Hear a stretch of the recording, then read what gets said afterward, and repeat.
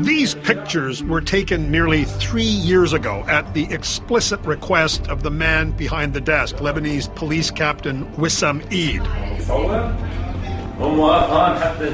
He'd been doing the most dangerous work imaginable in Lebanon, and he was convinced of two things: that he solved one of the most sensational crimes in his country's history, and that as a result, he probably didn't have long to live.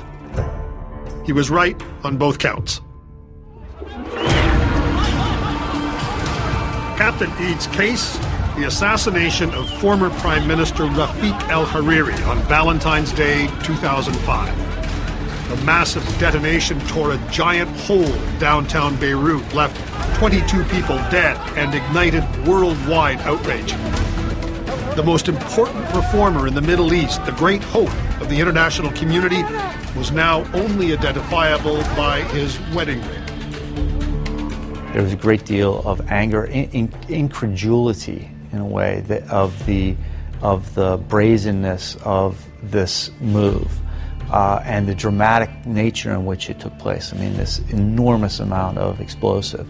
Just the whole thing was a big middle finger to the international community. Neither Hariri's billions in personal wealth nor his Western allies could protect him from the forces he provoked. So we want to change the way the country is going. He'd been demanding an end to Syria's brutal occupation of his country and the disarming of Hezbollah, the fundamentalist Shia militia that operates its own private army. Everyone assumed two things. One was that the Syrians did it, and two, that it was going to be very difficult to prove that they did it, but everybody knew they did it. And so the international community, the UN, moved with unusual speed. It dispatched a commission to Beirut to investigate. That was 5.5 years ago. UN investigators have since spent tens of millions of dollars groping and in some cases blundering around this country's treacherous political landscape. Now, the UN is reportedly finally ready to issue some indictments, and almost certainly those indictments will rest on the work first begun by Wissam Eid in the months directly after the assassination. The trouble is, the group of killers Eid identified are so powerful and so lethal that seriously pursuing them could provoke another civil war. High in the hills above Beirut, behind the walls of an abandoned hotel, the UN Commission set up the investigation's headquarters. What's left of Hariri's car sits outside, not so much as evidence these days as a reminder. Over the past 10 months, CBC News has talked to more than a half-dozen sources inside the UN's lavishly funded inquiry. They tell a story of gross incompetence, political timidity, and bureaucratic inertia. We can't show you our sources' faces or even let you hear their voices. The information they've conveyed is literally life-threatening. So we've used actors to deliver their words verbatim. Most of our sources say the Commission squandered opportunity and time. The early days of any investigation are critical. The sort of golden hour of this investigation, I would say, would be the first even 2 years. If you capture good information, good witnesses, the forensic evidence, etc., the golden hour in that environment was maybe a couple of years. But that's gone. It's just gone. The first UN commissioner was Detlev Meles, a well-known German anti-corruption specialist. Mr. President, the terrorist attack of the 14th of February 2005. He quickly blamed Syria for ordering the hit and using unspecified agents to carry it out. Meles delivered a report packed with explicit accusations, then left, replaced by a Belgian named Serge Brammertz. Brammertz would prove more a diplomat than an investigator. I mean, it was a competence issue, you know. Brammertz certainly wasn't strong enough or brave enough or positive enough, you know. He was just a wishy-washy figure who lacked direction and leadership. and certainly had no idea how to lead a complex, linked series of attacks. The UN drew all the attention, but it was meant to be a joint investigation with the Lebanese police. Over at the offices of the ISF, the Lebanese Intelligence Service, a young captain had already begun working the case.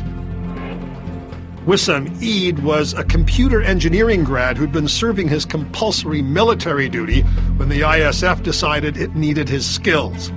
His father Mahmoud, a former ISF man himself, says Eid was reluctant. Join the police force. I liked the idea, but he didn't. Not at all.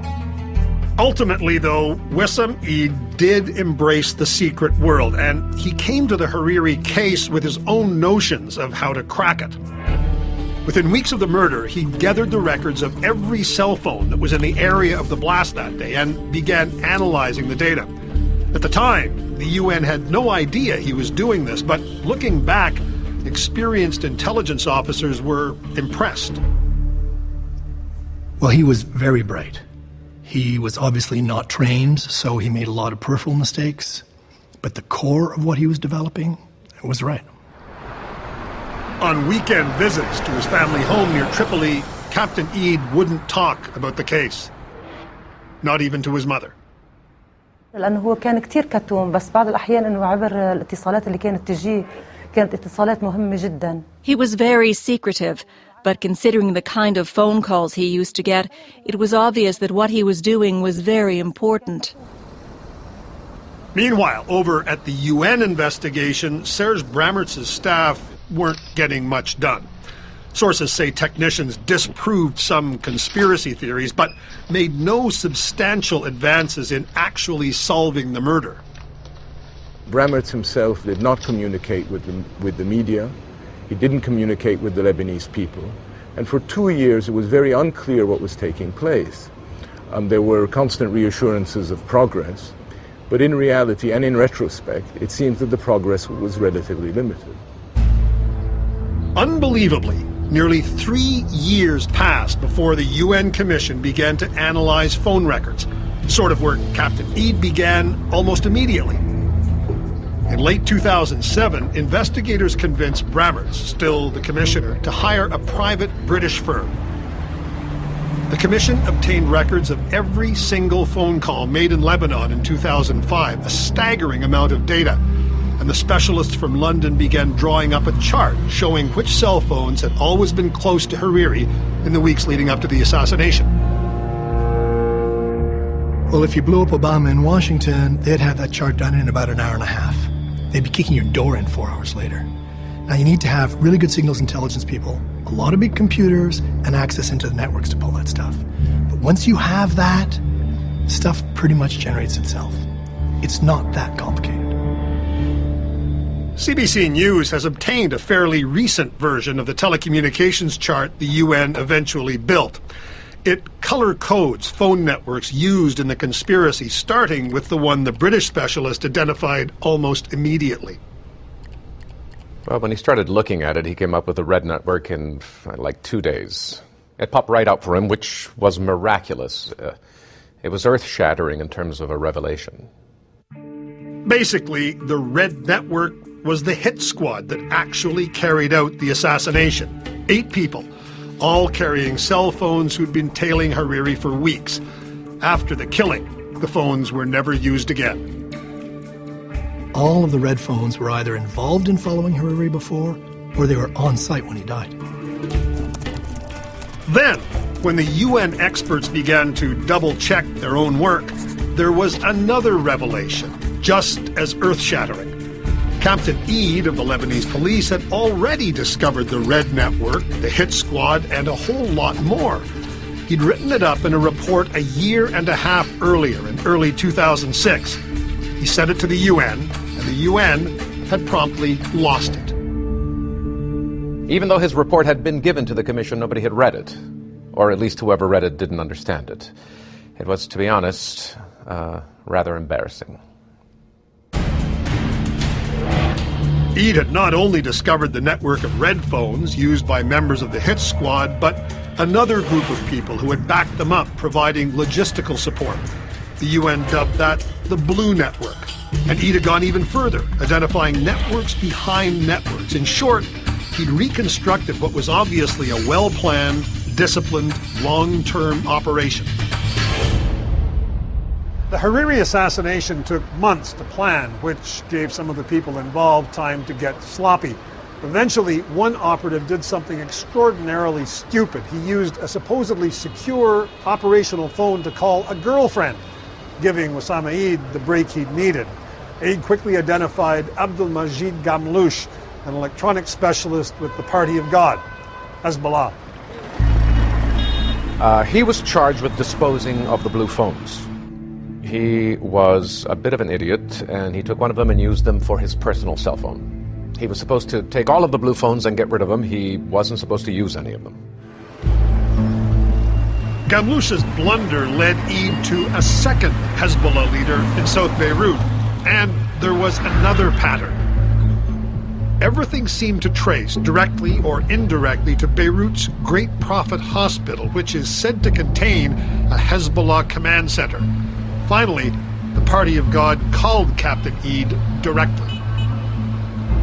Hezbollah says to him, these phones that you're investigating that you asked about, these are Hezbollah phones. Furthermore, these phones are part of a counterintelligence group that's following a bunch of Israeli spies. Therefore, you can't investigate these phones.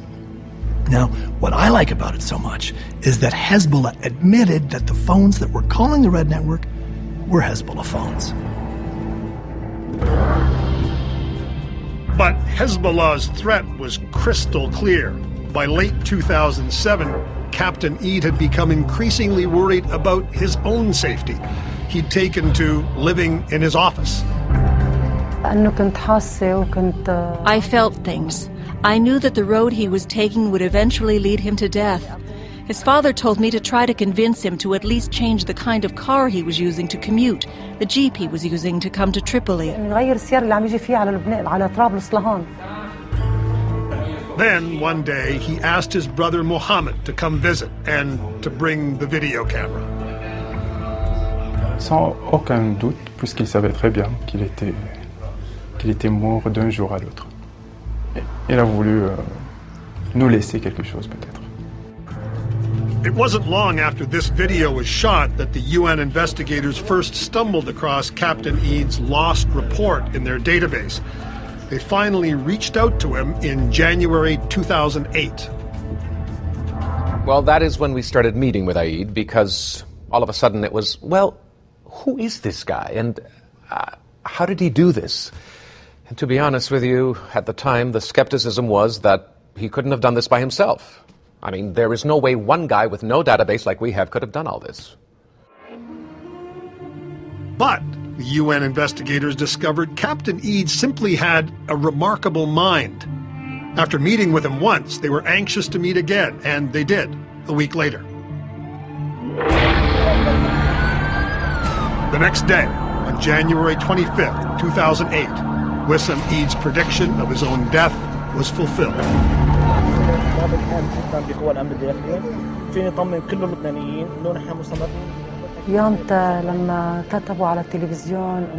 They said on TV that there'd been an explosion. It was a Friday, at 9:55 to be exact.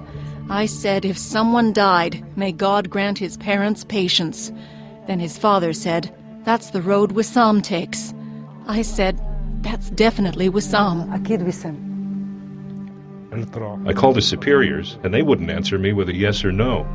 I told myself, he's gone. At the UN Commission, the reaction was not only grief, but outrage and shame. It was so clear to us that it was because of us that he died. There's no doubt in my mind. His report had been in existence with the Commission for at least a year, and nothing had happened. It wasn't until we started meeting with him that he ended up dead.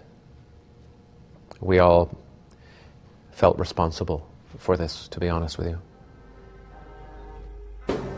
People asked themselves where the leak was, and many of them immediately thought of this man, Colonel Wissam al-Hassan, the head of Lebanese intelligence. Prior to the assassination, Colonel Hassan had been Rafik Hariri's chief of protocol, always at his side.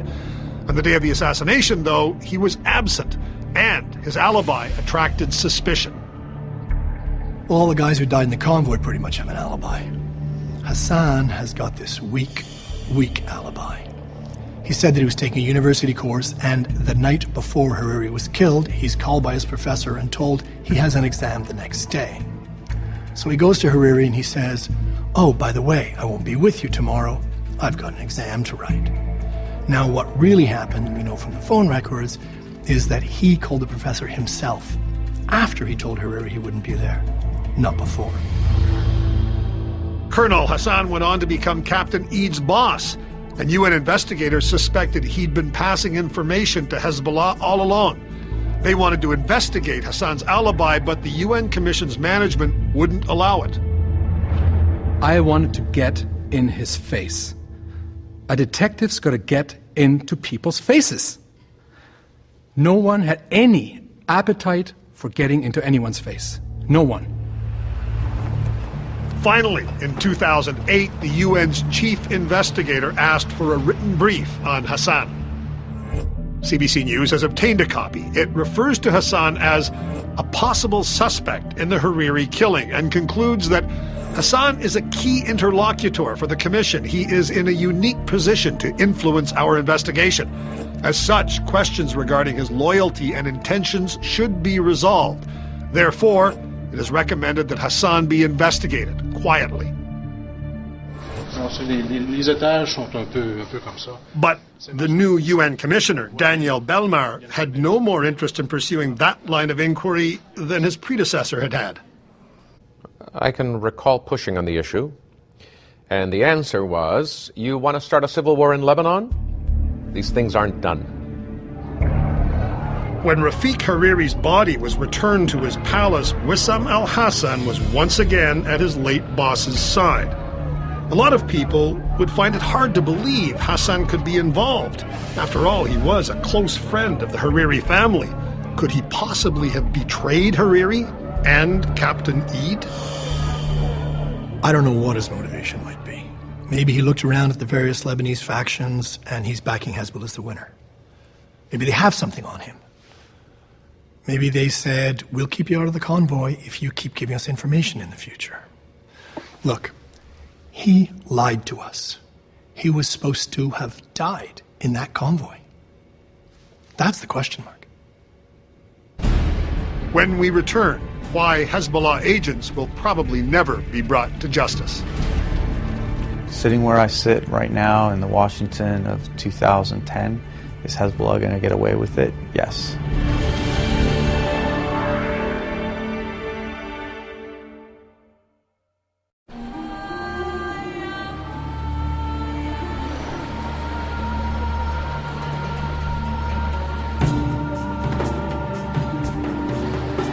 Life in Beirut, at least on the surface, is calm these days. A lot calmer than it was in the weeks after Hariri's murder. Public fury pushed Syria into withdrawing the occupying army that had ruled Lebanon for 30 years. In death, Hariri managed to do what he could not in life. But the Middle East's pitiless reality has forced Hariri's son, Saad, to publicly embrace Syrian President Bashar al-Assad, the man he once publicly accused of ordering his father's murder. I mean, I was crushed when I saw that Saad Hariri had to go to Damascus. Crushed to hear the things he's saying. Syria's implicit message was obvious. Unless you want to follow your father, don't support any indictments. He's been compelled in Lebanon to go along with this. I think he sees today that his major challenge is Hezbollah. He's been willing quite pragmatically to ally himself with Syria in a way to protect himself from Hezbollah. To make matters worse, Iran is involving itself too. Iranian President Mahmoud Ahmadinejad was in Lebanon recently for a show of solidarity with Hezbollah. And the Party of God is in a confident, belligerent mood.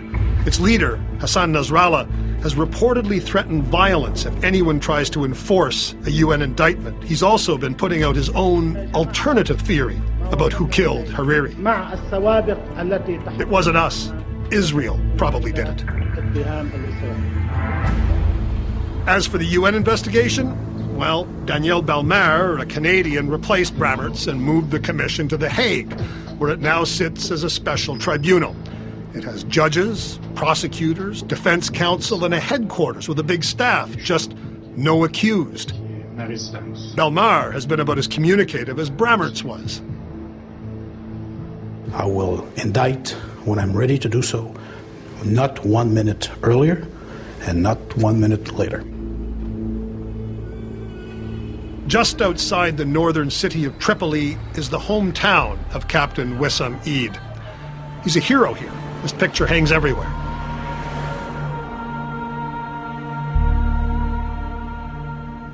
Major Wissam Eid, he was posthumously promoted, may have cracked the case, but no one seriously believes the Lebanese authorities will ever arrest anyone from Hezbollah. Sitting where I sit right now in the Washington of 2010, is Hezbollah going to get away with it? Yes. Fewer travesties will be greater, but I don't see where the international will is to take this on. And I certainly don't see, absent that international will, how the Lebanese people can take it on. Nothing would please the Eid family more than to see Wissam's killers brought to justice. But they know that Lebanon, and perhaps even Hariri's son, whom they hold dear, would pay a price. Quand on voit les accords politiques, on dit que c'est pas le moment.